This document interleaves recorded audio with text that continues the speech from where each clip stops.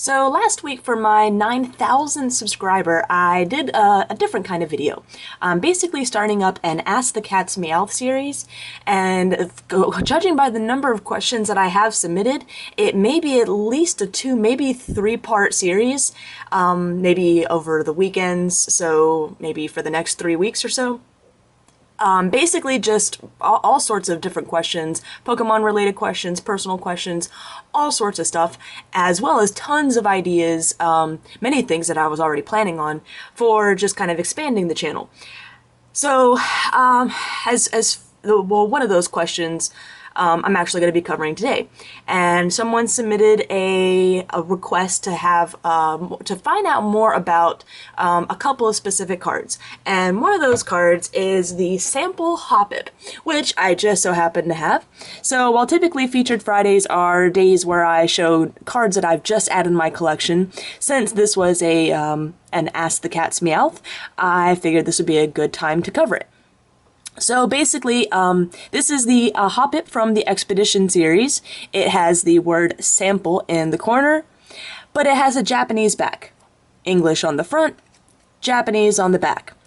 So, from my understanding, what this was a demonstration card, and I don't know what the details of the events or anything like that. But basically, and it was something that was not authorized by Nintendo, which is why there are so few of these out there. Some company, I don't know who, maybe I think this was back when Wizards was still covering it, I think. Honestly, not completely sure about that. But basically, someone held these demonstrations where they printed out these sample cards to demonstrate how the e-reader, the card works. And so it printed out sample on the bottom, and I don't know why they threw a Japanese back on the back. Well, at some point, Nintendo got word of it and said, hey, you didn't ask our permission to do this, you can't do this anymore, and stopped the events. The cards were given out to participants at these events, so while I don't have an exact number for you, the number is relatively low. I believe I picked this card up for, I think it was around $100 on eBay a long time ago, and the prices, in the mint condition, of course, and the prices I've seen really kind of range all over the place. Damaged ones you can get for around, $75 or so, and some I've seen even go up to $200, $300.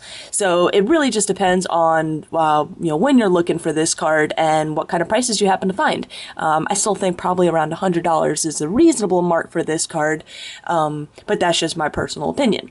So that's pretty much all the information I know about this. If anyone has anything else, please comment below.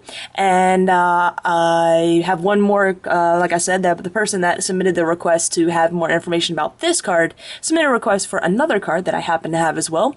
So maybe I might make that next Friday's Featured Friday card. So definitely stay tuned, and I'm going to try and get the first series of Ask the Cat's Meowth up to by tomorrow. Maybe Sunday.